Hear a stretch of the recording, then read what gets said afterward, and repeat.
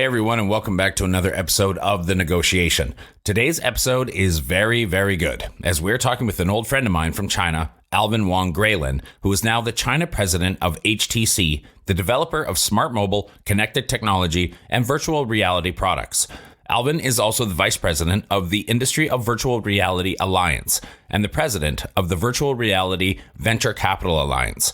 He has almost 3 decades of business management experience in the tech industry, including 20 years in Greater China, beginning with the senior management position at Intel in 1993. Prior to HTC, Alvin was a serial entrepreneur, having founded 4 venture-backed startups in the mobile and internet spaces, covering mobile social, adtech, search, AI, big data, and digital media. As you might expect, our conversation covers a lot of topics. We discuss China's consumer PC market in the early to mid-90s, founding and building companies like mInfo and Guanxi, the social app, what internet marketing looked like in China 20 years ago, and of course, a lot of conversations around virtual reality, the metaverse, and the multiverse. Enjoy.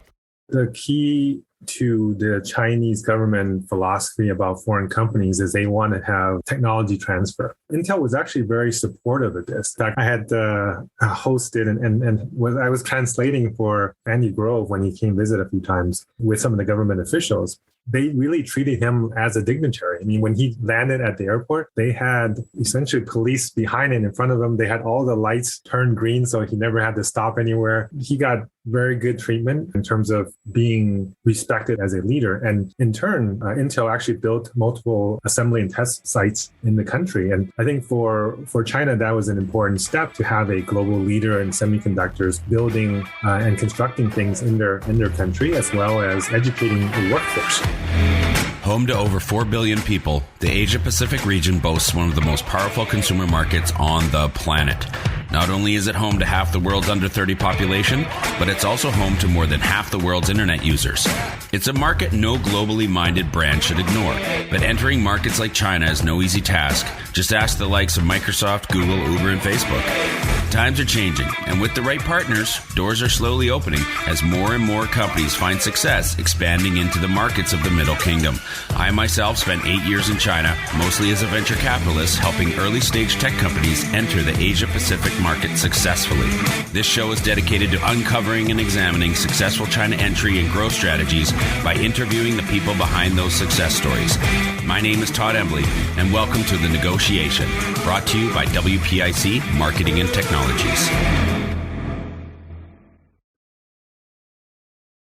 Alvin, welcome to the show. Thanks very much for coming on today.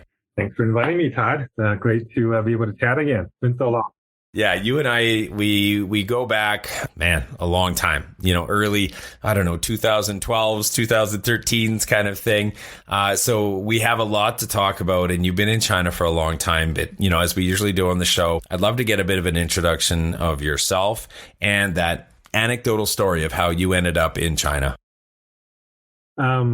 So I don't know if you know this actually, but I was born in China. So I was born during the Cultural Revolution, right in the middle, in 1971. Oh, wow. And in fact, I was born on a re-education camp. Both my parents were sent to a farm to be re-educated because they were both, my mom was a ballerina. She was one of the founders of the Shanghai and the Guangzhou Ballet School and used to be with the Beijing Ballet Troupe. And then my dad was a professor of Western art at the Guangzhou Art Academy. And so both of those are very counter-revolutionary from their perspective. So they both got sent, and I was born while they were still at the re-education camp. And so my first 2 years of life, I actually spent living in what used to be a chicken shed.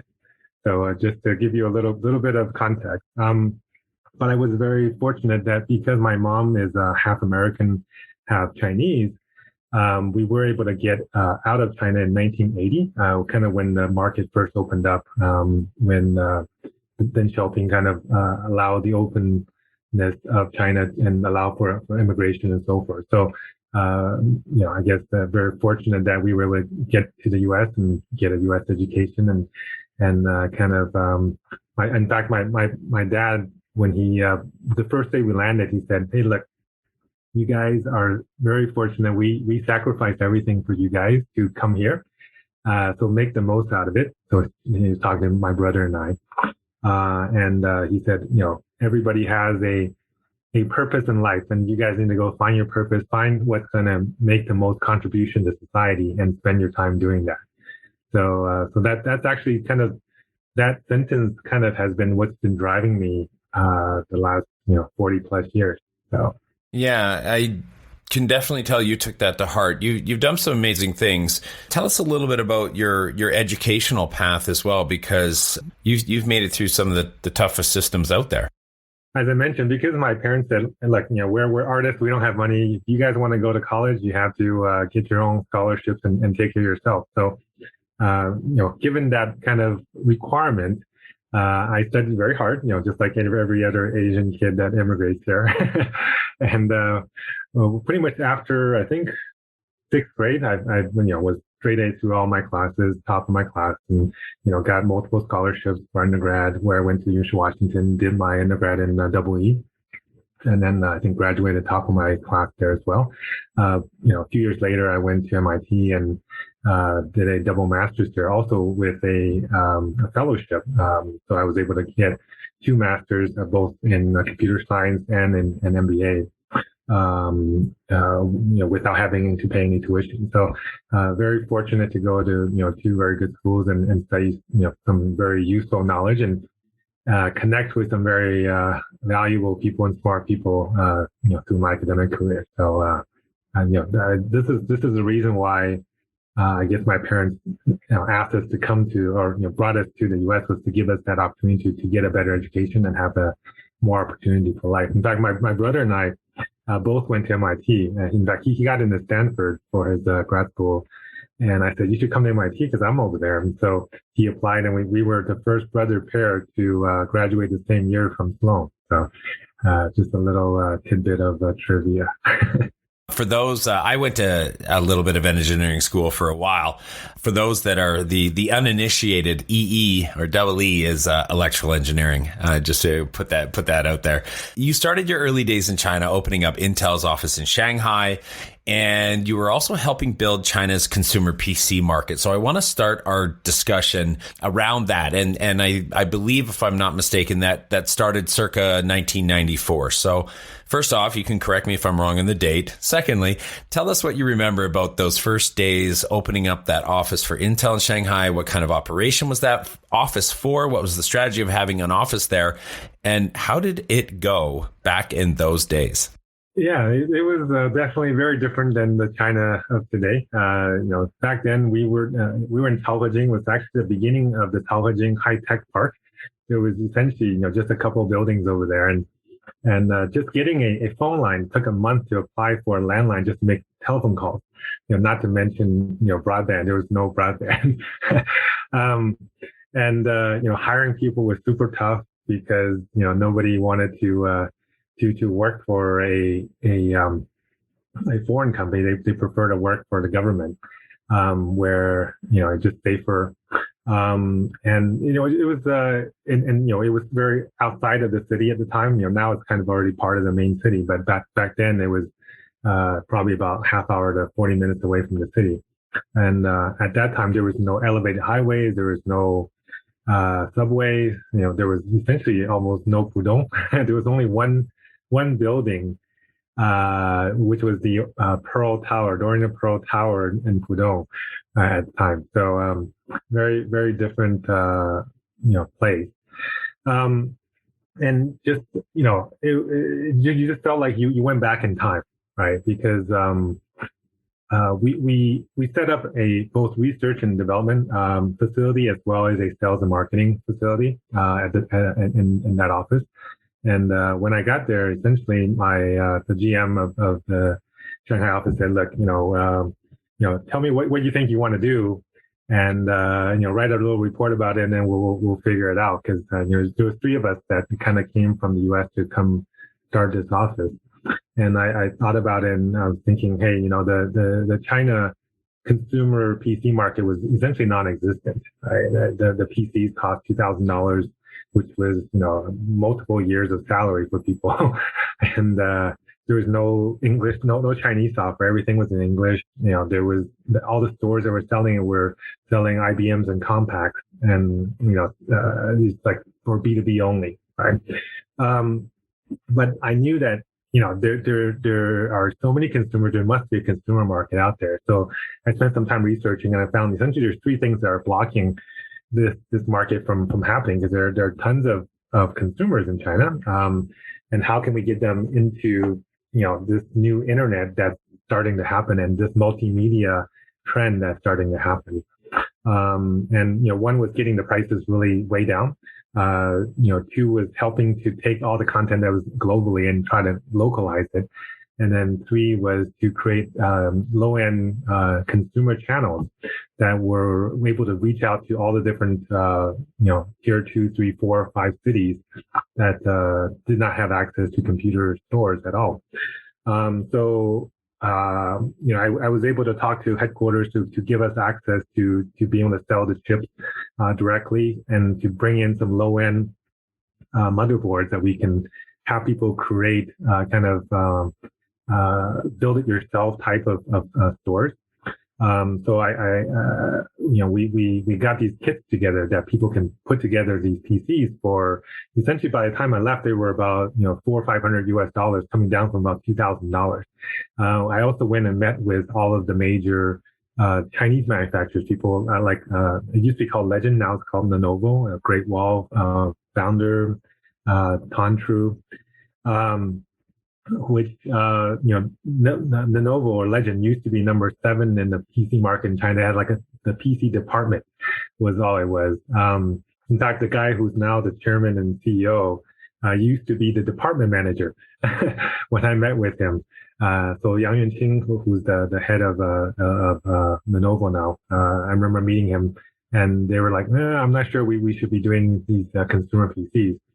But 3 years later, they were the number 1 manufacturer of PCs in China, and all built on selling consumer multimedia PCs. So, which was exactly what I had, requested them to do, gave them all the kind of blueprint for doing it, and getting, essentially bundling these PCs where we put in a CD player, which also could play VCD with the video CDs. And then we can have a little microphone jack so you can do your KTV from home.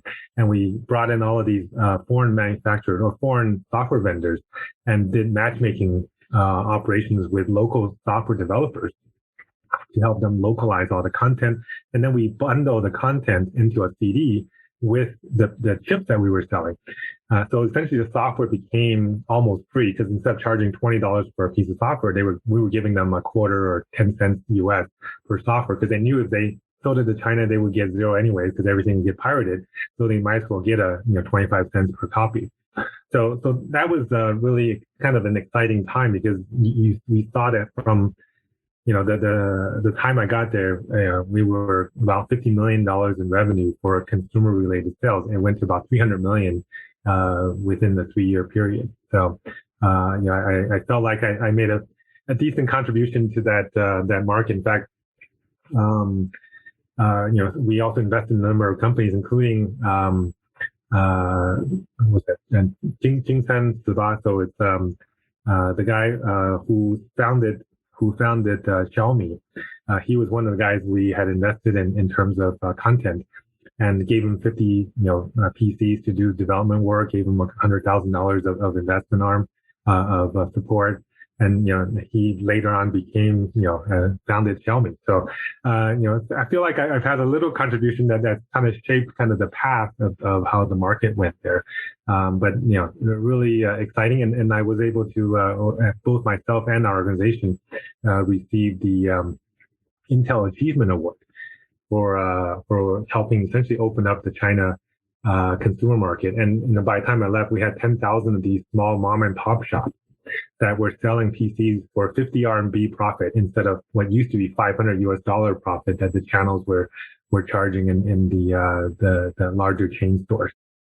Intel has been rather successful in China. Now, it does not do media. It does not do essentially e-commerce. It powers just about all of it, but it's not the consumer facing, public facing. It doesn't necessarily have that impact as a company. How was Intel, and I mean, I may have alluded to it just in saying those things, but we saw Microsoft, Google, Facebook, they all struggled mightily going to China. Intel seems to have done very well. Could you maybe speak to a little bit about what I'm talking about why some of those companies back then struggled, and why was Intel able to be successful? Well, I think that the key to the Chinese government philosophy about foreign companies is they want to have technology transfer. And Intel was actually very supportive of this. In fact, I had hosted and I was translating for Andy Grove when he came visit a few times with some of the government officials. And, they really treated him as a dignitary. I mean, when he landed at the airport, they had, essentially police behind and in front of him. They had all the lights, turned green, so he never had to stop anywhere. So it's, he got very good treatment in terms of being respected as a leader. And in turn, Intel actually built multiple assembly and test sites. Factories in the country, and I think for China that was an important step to have a global leader in semiconductors, building and constructing things in their country, as well as educating a workforce. Right? And as you know, these days how important it is to have more semiconductor know-how in China. In fact, that's one of the issues today that's causing some of the problems with Huawei and ZTE in the last few years. So I think the fact that Intel looked at it as a cooperative model that, hey, I'm willing to share stuff with you. Although, assembly and test is kind of the last step. It's actually the least technical step of the semiconductor process. But it's still actually building a factory there and having supporting jobs was a very important sign of cooperation. And I think the Chinese government appreciated that. After those days, I want to jump to the time when you started creating a social networking app called Guanxi. So I think it would be apropos for you to explain what Guanxi is. We have talked about it on the podcast. It comes up a lot when talking about how to do just the word and the meaning, right? How to do business in China and the importance of it. So it's named after the concept that we've talked a lot about on this show in the past. So please tell us about the app, what it aimed to do and whatnot. What was the process like in building a social networking app inside of China? I would imagine that maybe it wasn't as regulated back then. Maybe it's a little bit more regulated now. What you were facing, what you were going through, because you were really at the forefront of doing social networking. Like, at the same time that it was starting to go everywhere else, you were doing it in China. And then, maybe talk about one or two novel features that made the app unique. I know because I've used them, but I want you to explain them. And then what's the current status? Is it still alive? Guanxi, just to give a little context, essentially is the concept of relationship and making sure that relationships are important in doing any kind of business, right? And this is the importance of Guanxi is that China is a very low trust society, and in a low trust society, the only thing that you have is the relationship you build, and to be able to leverage off of other people's relationships to be able to create bridges for you, right? So that's the idea of Guanxi. So the Guanxi product actually started out not as a social networking product, but as a search product. It was a search and information retrieval service. It started out as a SMS service where you essentially text a message that says, where is this restaurant, or what's the weather, or where's this bar, and it would give you back the answers, and kind of like what Siri does today, but back in 2005. So in fact, the Guanxi was the English service, and then we had a Chinese service called mInfo. They were both similar products. One was serving more, Guanxi at that time was more serving the expat community with English-based search. It was actually the only English-based SMS search system in the country. So pretty much every expat was using it across the country in all the major cities. And we would essentially charge, 1 RMB per request. And it was an interesting business model. At that point, the SP service was quite popular. It's called essentially service provider model for SMS, where you get an SP license and then you can essentially charge for different value-added services. I guess there's certain requirements, like you have to have 10 million RMB of outstanding capital or opening enterprise and capital to be able to get a SP license. So it was a very arduous process to get the licenses. But once you have it, it does give you certain rights to operate and to work with all the carriers. And working with carriers in general is just a pain in the ass, and they keep changing the policies. And it was fairly lucrative for a while, and then later on, essentially we migrated the name to additionally adding in the social networking capabilities. So that was kind of the phase two. When the FP type services started to wane. And mInfo at the time, I think you had mentioned this a little bit as well, we had worked with all the Chinese carriers. All three Chinese carriers were actually using mInfo as their Chinese search system to replace operator systems, to replace kind of the 411 system. In China, it's actually 114. Essentially, you can. So we were replacing about 70% of the phone calls they used to get, so they could reduce their operator staff significantly in their call centers. And we actually initially wanted it to be more of an advertising-driven model, but they keep putting restrictions on us and not letting us have the data, not letting us take the data out. We had dozens of people in all the carriers operating these services. And operating the servers and the intelligence, because it was a fairly natural language system, and we were a little bit ahead of our time in terms of doing kind of AI driven natural language response systems, and it had memory, so you could actually do multi-stage where you could say what are some good restaurants in Shanghai. And then it would give you, the top 5, and then you would, pick 1, 2, or 3, and you can actually have multiple levels of interactions, So it was very, I guess, innovative at the time. Now I guess the companies that in the kind of after about 7-8 years, we some of it we sold off. Actually, it was most of it we sold off to different players, and also I had converted mInfo into also a marketing company. We were doing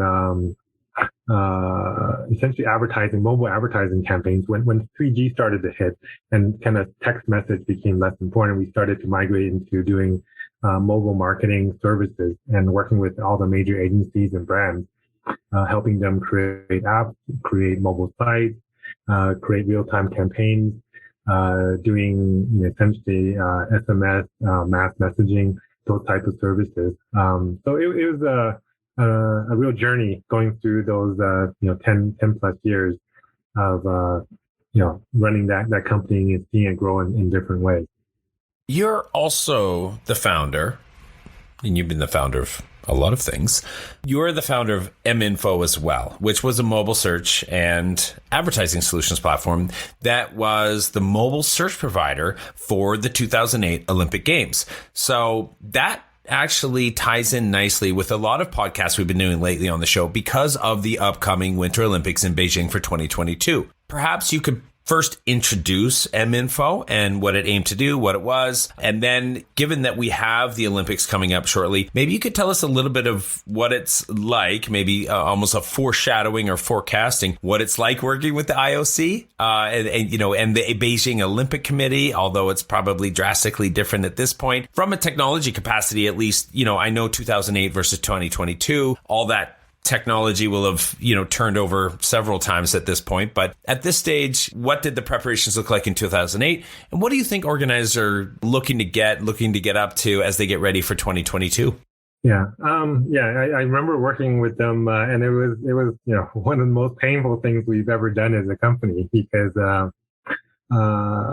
I guess they see it as a privilege for any service provider or technology provider to be associated with the Olympics name. In most cases, companies would have to pay millions of dollars just to be involved. Fortunately, at the time, there was really very few companies that could do the type of services that we were doing in terms of mobile search and in terms of natural language capabilities and working across multiple phones and this and that. So we were able to win this contract without having to pay anything. But it was 6 months plus of custom essentially development for them, and everything was highly secure. All our people had to go into their data centers to access the services, and it was also in partnership with China Mobile. So because China Mobile was one of the main technology providers, and we were then helping and working with China Mobile to deliver it out. So it was a real honor for us, and I think our team felt that as well, in the sense of being chosen as the provider for them. But it was just really painful because they had a lot of requirements, a lot of security requirements, a lot of capacity requirements that at the time was just in some cases unreasonable. but we did what we can to try to support their needs. And with search in general in China, it's also a lot of sensitivity in terms of responses. So we had to get all of our response databases and algorithms be audited by their security team and kind of both audited it and also censored or reviewed to make sure there was nothing sensitive in the responses. But I think they see it as really it's a show to the world of the power and might and prestige of China in doing an event like this. So there just can't be any mistakes, right, or any errors or anything, any downtime.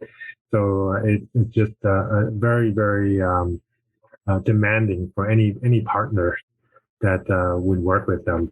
But I think at the end of the day, it was something that we were glad we did, and it made us a better team, because if you can meet the requirements of the Beijing Olympic team and their audit teams, then you could pretty much service any customer out there. I wanted to move over to talking a little bit more broadly about mobile internet marketing, or just internet marketing in general. You've been in the mobile game for decades now. I'm wondering if you can help our audience understand what internet marketing looked like 20 years ago and the impact mobile has had on it since the late 2000s. When we started that, it was really just SMS spam, right? I mean, to I guess a little bit too bluntly, but we would find different ways to get phone numbers of people, and you can buy lists, and you can, but there was very little in the order of targeting. There was no mobile web at the time, and very little data driven. The most we can get back to people were really looking at how many people clicked on or replied to the messages that were being sent. It wasn't really even clicks, because there was nothing for them to click to. It was more for them to respond to different offers, right? Whether to call a number or whether to reply an SMS. And after a while, we actually did start to get more scientific in terms of gathering different types of users, be able to segment the different databases and consolidate customers of multiple of our customers into a giant database, and then be able to do cross segmenting. And then it moved on to kind of when mobile internet started happening, we started to do more web linking and mobile banners, and then later on the app came, and then essentially helping create apps for people and helping do mobile store rankings, helping people sell more, get more downloads. At every step there was a different kind of key customer base and a different pricing model. So it was it's been such a long time. Actually, I've been out of the kind of mobile marketing space for probably 7, 8, 9 years now. So but it's constantly changing and, getting just smarter now. Now I think everything is all AI driven. There's very little people involved, and, but there's the whole time you always have to worry about, kind of, I guess, fake data out there or fake responses or, so from both a advertiser and an intermediate service provider perspective, it's something that, is a constant issue. And I think in China, it's probably even more blatant in some areas than maybe in other markets. So you always kind of have to keep a wary eye for what data looks reasonable and doesn't, and keep testing it. And, because there's always people out there, including some of the carriers or secondary partners that you work with, that are trying to just get a few extra dollars out of these campaigns. Could you also really quickly maybe just cover your thoughts and experiences on those early days of e-commerce? I know that, we had the smartphone, the iPhone was released, 2007, something like this. And we're going to talk about mobile as well here. It's just what was the catalyst to get, 400 million, 500 million people in the internet who previously weren't in such a short amount of time. And then beyond that, obviously retail can't keep up with, if you're going to start advertising to people certain products, they would then need to have access to them. But retail can't possibly grow at the rate that those getting on the internet would then potentially want to go purchase something. So then, and what I'm leading up to here is e-commerce. So I know you mentioned you've been out of it for, 6-7 years or something, but those early days must have been absolutely fantastic. Maybe a little rough around the edges, but would have been such a fun rodeo to be a part of. So maybe you can talk to us just a little bit about those early days of e-commerce, how and why it took off so fast, and what were the factors that really just helped it grow. Yeah, I mean, I think you already alluded to a little bit, and it's just that there's so many people in China, and not everybody at the time had PCs. I think even today, but when phones started becoming part of that, I mean, even before the phones, the PCs were already an important part of the e-commerce. And I remember when Taobao was coming out, and eBay at the time, eBay and Taobao were both in the market. And at first, actually, eBay was ahead of Taobao. But then Taobao kept allowing people to post stuff and not charge any fees. And I'm sure a lot of your readers or listeners or kind of know the Alibaba story, and kind of beginning how they essentially bought their own products and just kind of created that initial flow. I think with any kind of network based type of an offering, you need to have a certain amount of users and transactions for it to really take off. But it took a little while actually. But I think one of the things that really helped it was actually the SARS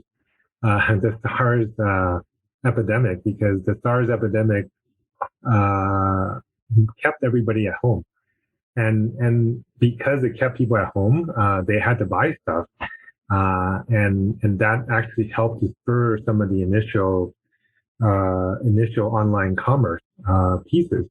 So it actually didn't take off as quickly as a lot of people think. But the scale is now just amazing, because there's just so many people, and the amount of spending on it, the amount of I guess the amount of wealth in individual families is actually surprising, considering a lot of people still see China as a second or even third world type country. I mean, there are certain parts of the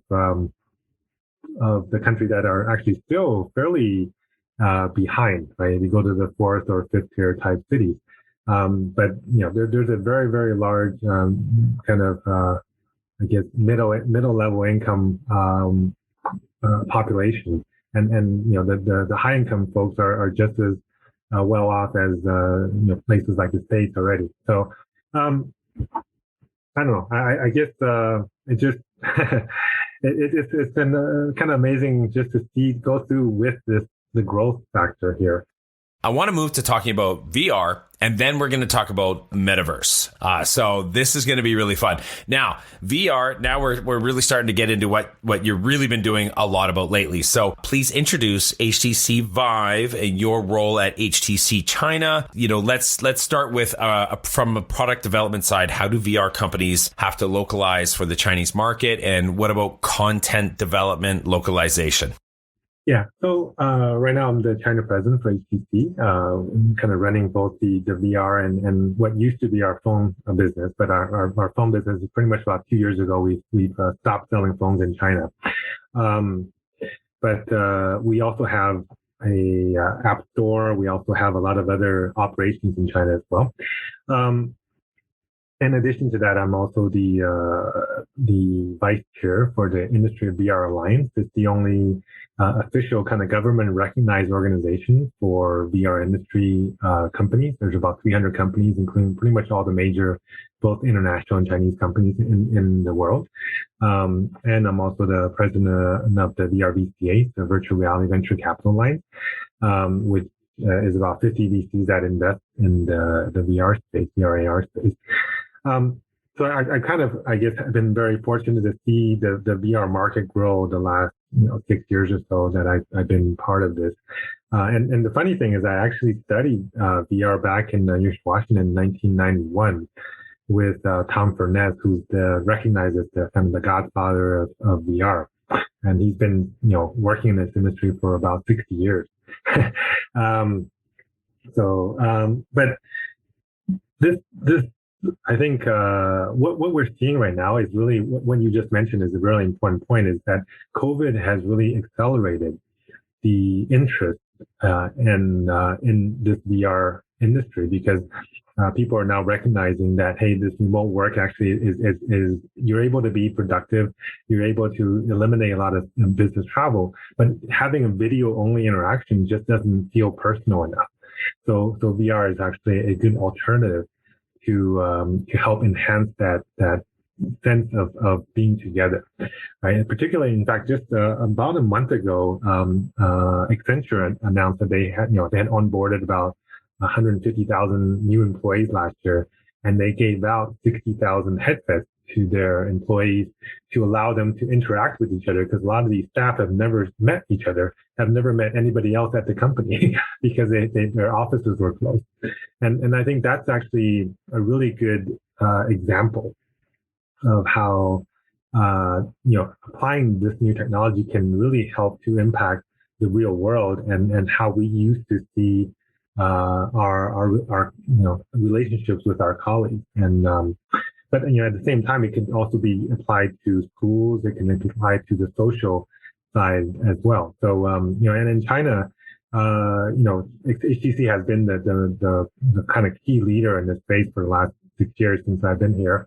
We're not only a hardware provider, we also provide the store to all the local Chinese partners, including the Chinese carriers. We just signed a deal with China Mobile to provide our store to them so that they can then provide it to their customers. And all of the local manufacturers actually use our store.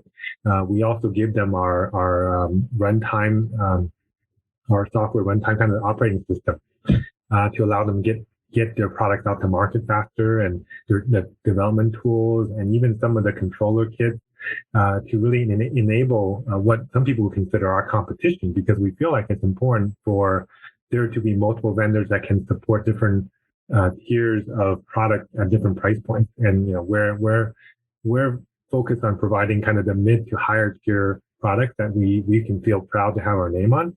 But there's a lot of customers that may not be able to afford it, and so we support the local vendors who can also kind of support that low tier solution as well. But it's an industry. I think China is definitely going to be at the forefront of this industry, and the ability of the government to kind of enforce and move the industry in certain ways will actually accelerate it, I think, ahead of a lot of other markets in the world. Yeah, I want to talk about the perception of VR in China, but first I have another question I want to throw at you first. What are some of the coolest, most innovative stretching the boundaries of the mind examples of VR that you just think are just awesome that you can point to today? Well, I don't know about stretching the mind, but I think I may have been a little overzealous with the adjectives, but you know what I mean. Yeah, I mean, the funny thing is all the cases out there today are things that we've seen in sci-fi movies for the last 30, 40, 50 years. They're just becoming real, and now they don't feel special anymore because it's like, oh yeah, wasn't that part of that movie or wasn't that part of that novel? So a lot of it is actually, let's say, doing virtual surgery so that, surgeons or medical students don't kill anybody when they're doing their first surgery, right? That's happening today. We have, the biggest driving school in China. They graduate about 250,000 students a year, and they're using our devices to train all of these students so that they can see all the occasions that they won't see in the real world, where they might crash in the back of a truck, or a dog jumps out in front of them, or you're in a snow situation, or whatever. Where to simulate that, there's just no way to do it in real world training, but to do that in VR allows these students to be much more confident, and then they can go and take their test, and then they're passing at like double the success rate as they would if they were just doing regular kind of in-car driving and paperwork, right?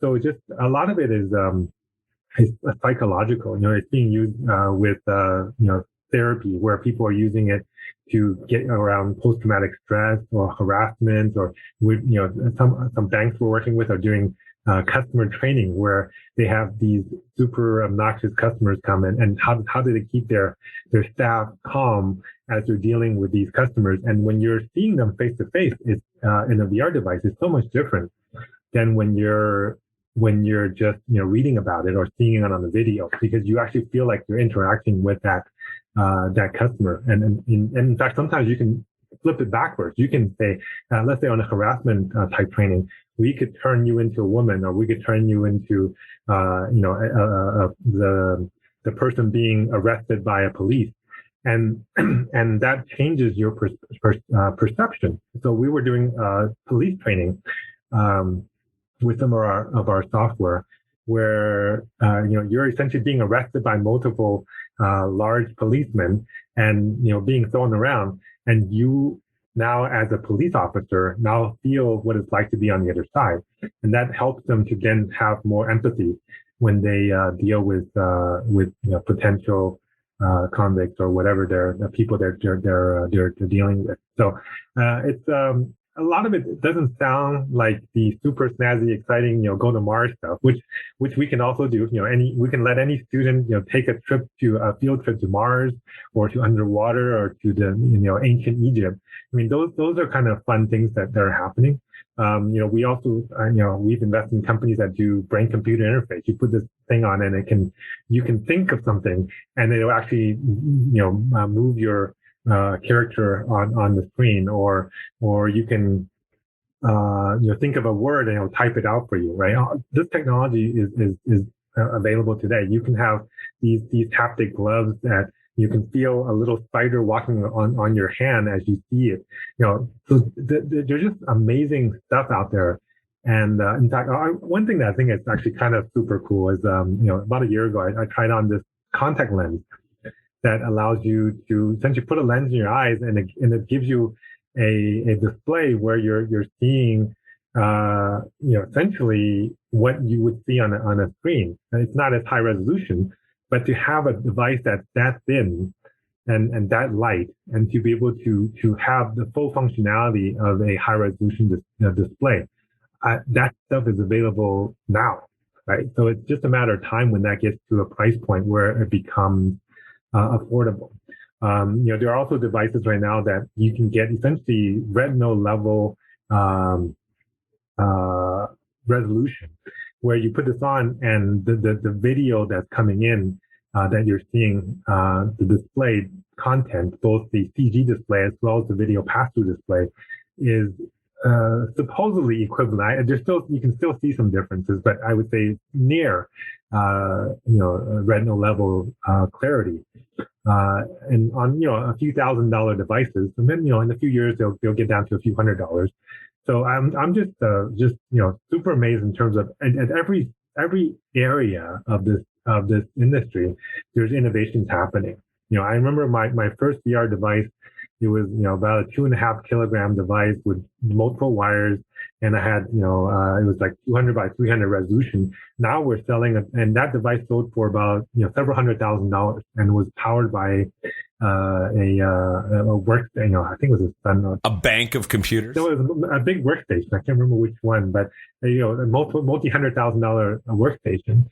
But now that same device that we're selling for $500 is 10 times lighter, and actually like 15 times lighter, 100 times better resolution, and 1/400th the price. So, and so this you can see that very soon we're going to get to a level where we're going to have a device on our head that essentially replaces every single screen we have in our lives, and in fact replaces every single gadget that we have in our lives in terms of communicating and computing gadgets. So that's where the world is going, and it's going to come faster than a lot of people think. Do you think there is a difference in perception of VR here in the West versus that of in China?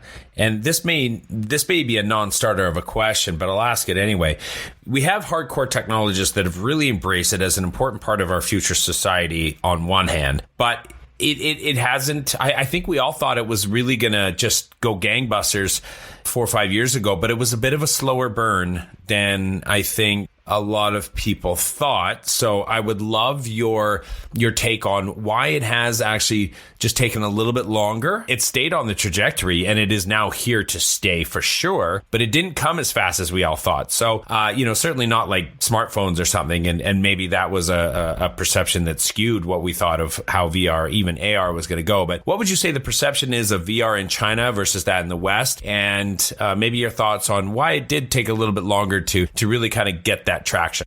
So actually, I want to go back to something you just said, is that not as opposed to smartphones. So a lot of people think of kind of the 2015-16 as the iPhone moment. I actually think it is not the iPhone moment. That the 2015 or 16 is the car phone moment, right?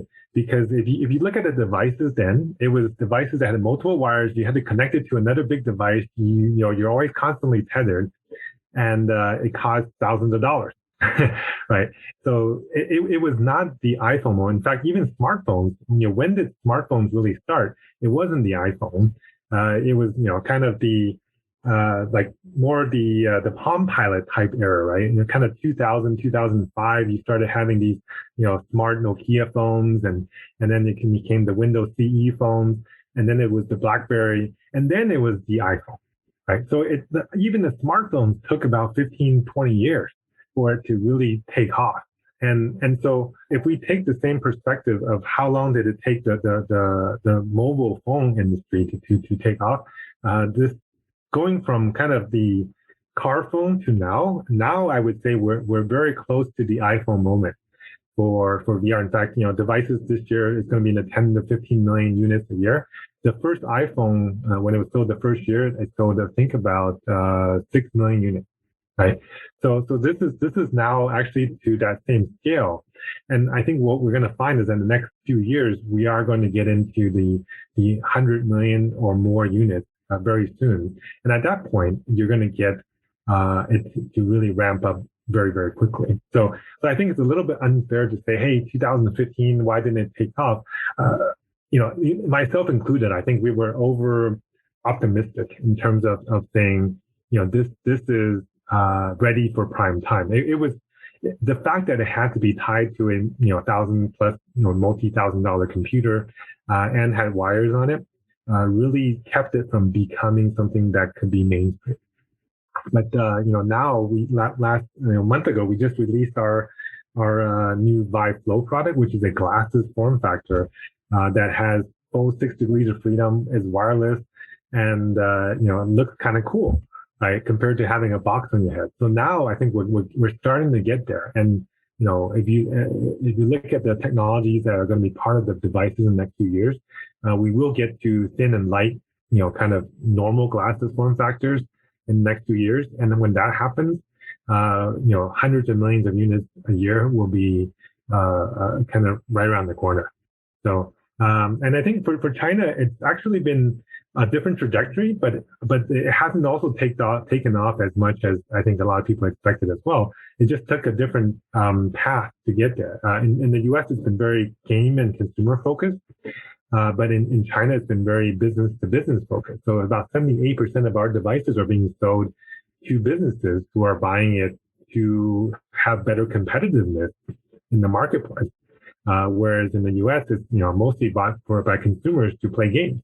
But in the next few years, both of these markets will start to intertwine. Just like smartphones today, if you say, is a smartphone for business or is it for consumer use? It's actually both, right? We're going to have one device we use for VR, we use for AR. We're going to have that same device will be used for business and will be used for home use or consumer, normal life use. So all the distinctions that we're putting into the market today, those lines will blur very quickly.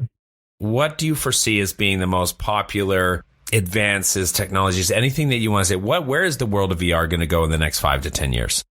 I kind of alluded to that a little bit.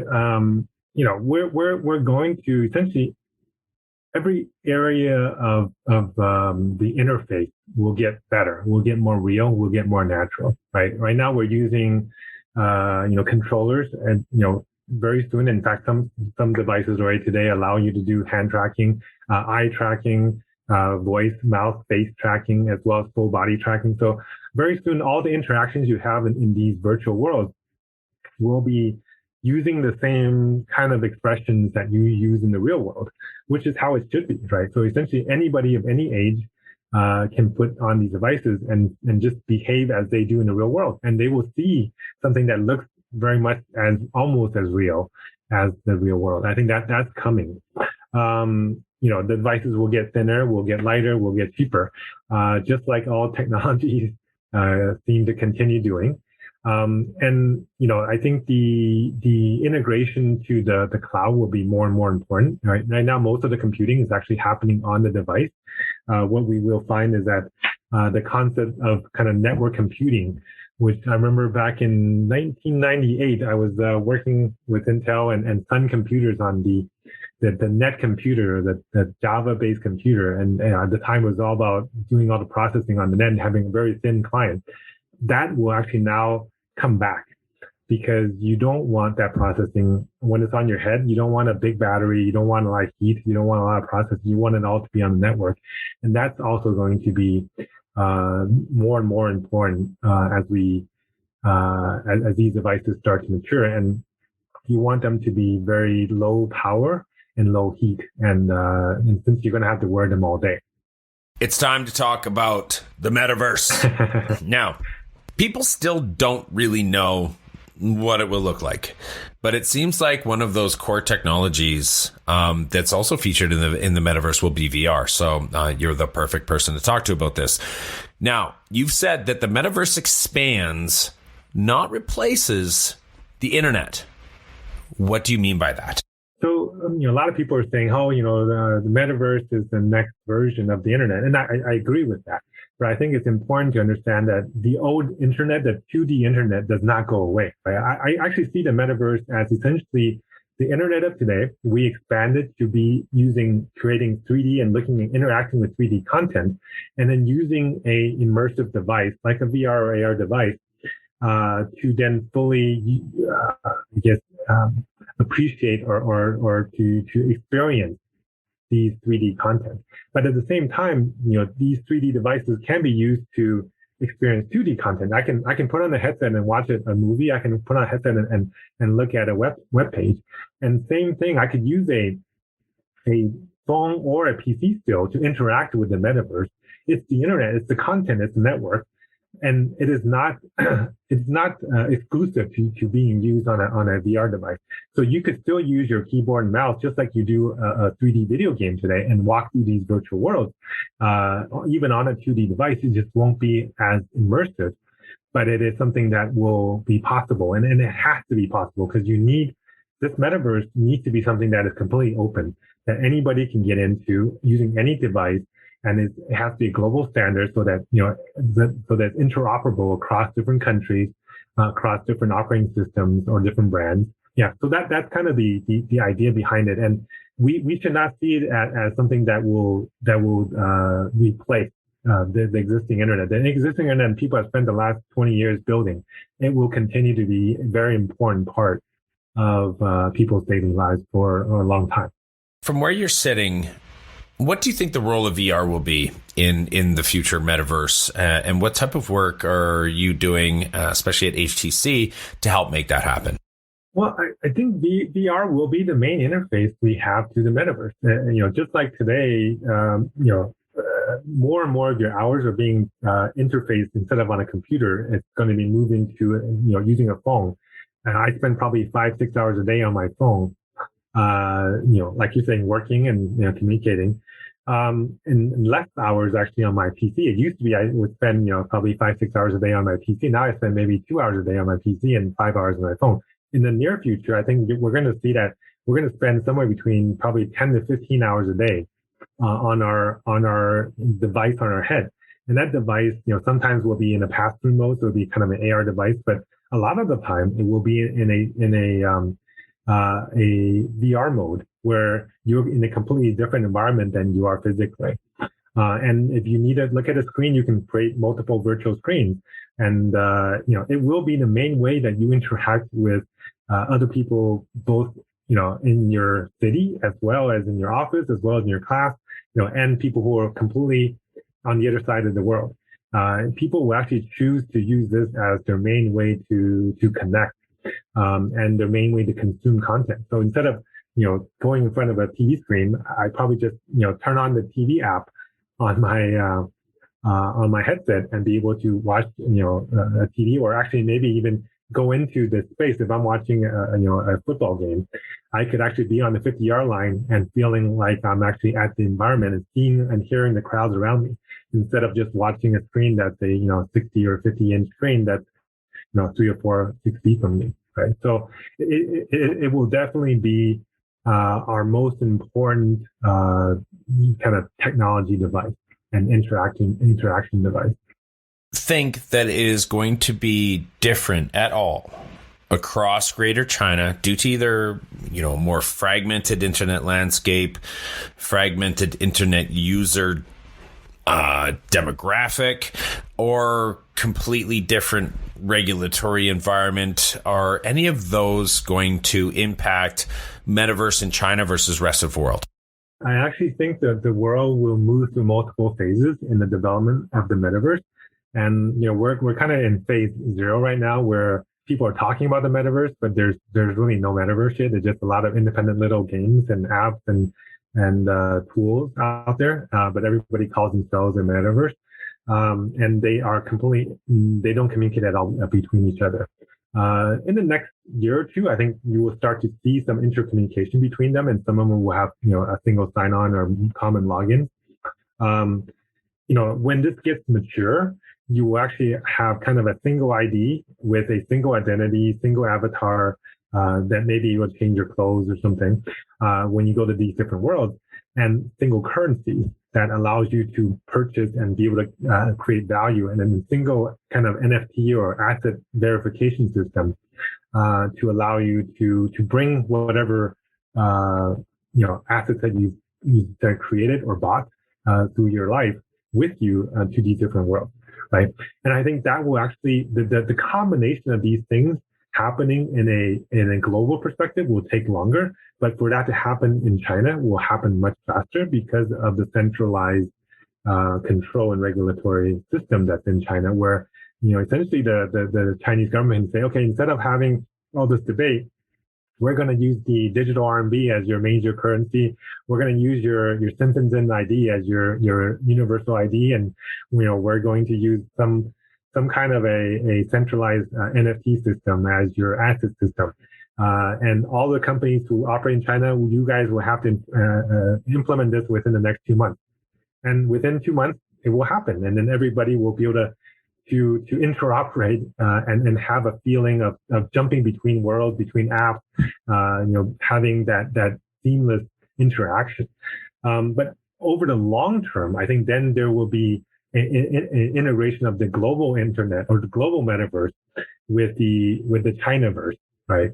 I think that's the ultimate destination, is that it will then go back to from multiple to a few to maybe two kind of separate universes to then a single universe. Because at the end of the day, China is still part of this global society, and there will be bridges created that then translates the currencies or identities between them.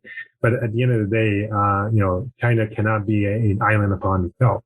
So I think that's what, the path that we're going to take.